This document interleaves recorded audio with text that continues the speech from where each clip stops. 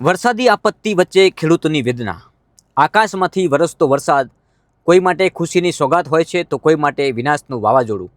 શહેરોમાં વરસાદ માત્ર એક સમાચાર બની રહે છે, પરંતુ ગામડાઓમાં એ જ વરસાદ અન્નદાતાના સપનાઓને ધોઈ જાય છે। બનાસકાંઠાના ઓગળ તાલુકાના કંથેરિયા અને નાથપુરા ગામોની સીમમાં આજે જ્યાં નજર કરો ત્યાં પાણી જ પાણી છે। ખેતરો ટાપુ બની ગયા છે, પાક પાણીમાં ગરકાવ થઈ ગયો છે અને પોતાના જ ખેતરની વચ્ચે ઊભેલો ખેડૂત આજે નિશબ્દ થઈને પોતાની મહેનત ડૂબતી જોઈ રહ્યો છે। હવામાન વિભાગે ભારે વરસાદની આગાહી કરી હતી, પરંતુ કદાચ કોઈએ વિચાર્યું પણ નહીં હોય કે આ વરસાદ ખેડૂતો માટે આટલી મોટી આફત પણ બની જશે।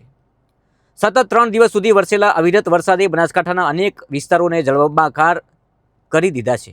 ઓગળ તાલુકાના કંથેરિયા અને નાથપુરા ગામોની સીમમાં આવેલા હજારો વીઘા ખેતરો આજે જાણે વિશાળ સરોવરમાં ફેરવાઈ ગયા હોય તેવું લાગે છે। જે ખેતરોમાં થોડા દિવસ પહેલાં હરિયાળી લહેરાતી હતી, જ્યાં ખેડૂતે ભવિષ્યના સપનાઓ વાવ્યા હતા, આજે એ જ ખેતરોમાં માત્ર પાણીનો અફાટ વિસ્તાર દેખાઈ રહ્યો છે। ખેડૂતે મોંઘા ભાવે બિયારણ ખરીદ્યું, ખાતર નાખ્યું, દવા છાંટી, દિવસ રાત મહેનત કરી, તડકો સહન કર્યો, દેવું કરીને ખેતી ઊભી કરી, પરંતુ કુદરતના આ એક પ્રચંડ પ્રહારે મહિનાઓની મહેનત પરવાળમાં પાણીમાં વહાવી દીધી।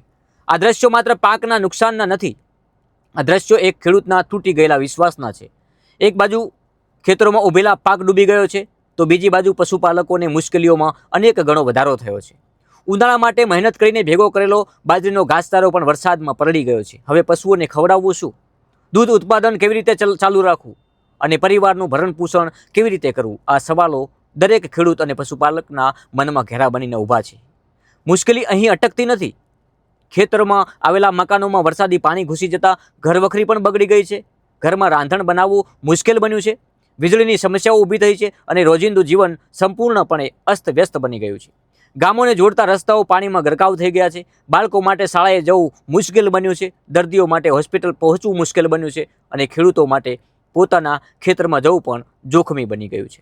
એક તરફ આકાશમાંથી વરસતું પાણી અટકાવવાનું નામ લેતું નથી, બીજી તરફ ખેડૂતની આંખોમાં વહેતા આંસુ પણ સુકાતા નથી। જે હાથ આખા દેશને અન્ન આપે છે, આજે એ જ હાથ મદદ માટે લાચાર બનીને સરકાર તરફ જોઈ રહ્યો છે।